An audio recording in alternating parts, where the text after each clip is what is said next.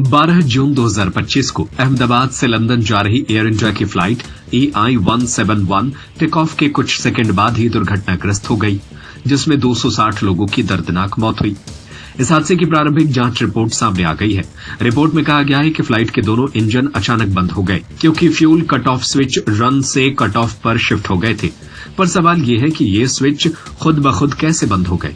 Report में बताया गया है कि टेक ऑफ के कुछ ही सेकंड के बाद दोनों इंजनों के फ्यूल कट ऑफ स्विच बंद हो गया।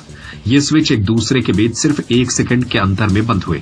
इतना ही नहीं, रिपोर्ट में इस बात का भी जिक्र है कि जब इंजन बंद हुआ तो उस वक्त एक पायलट ने दूसरे से पूछा कि तुमने स्विच बंद क्यों किया। दूसरा पायलट कहता है कि मैंने बंद नहीं किया। रिपोर्ट में FAA की चेतावनी को भी किया गया नजरअंदाज। सबसे हैरानी की बात यह है कि रिपोर्ट में बोइंग या GE के इंजन में किसी तरह की तकनीकी खराबी की पुष्टि नहीं की गई।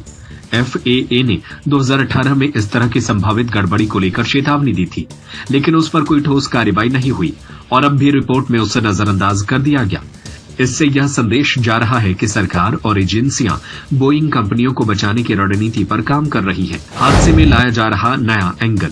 एक नया एंगल ये भी सामने आया है। अब सरकार और कुछ मीडिया रिपोर्ट्स यह संकेत दे रही है कि शायद यह हादसा पायलट्स की गलती से हुआ। रिपोर्ट में कहीं कहीं इस ओर इशारा है कि फ्यूल स्विच पायलट्स से गलती से दब गए होंगे, यानी तकनीकी खामी के बजाय मानव त्रुटि को जिम्मेदार ठहराने की कोशिश की जा रही है। इनका सीधा फायदा बोइंग को मिलता है। न तो विमान निर्माता पर कोई जिम्मेदारी आती है, न ही GE इंजनों पर। दोष सीधा पायलट्स और एयरलाइन स्टाफ पर जा सकता है।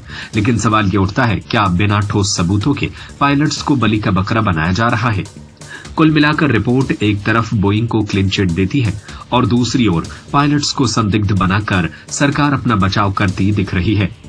क्या यह न्यायपूर्ण जांच है या एक सुनियोजित बचाव अभियान? सत्य खबर, सत्य, सटीक, बेबाक।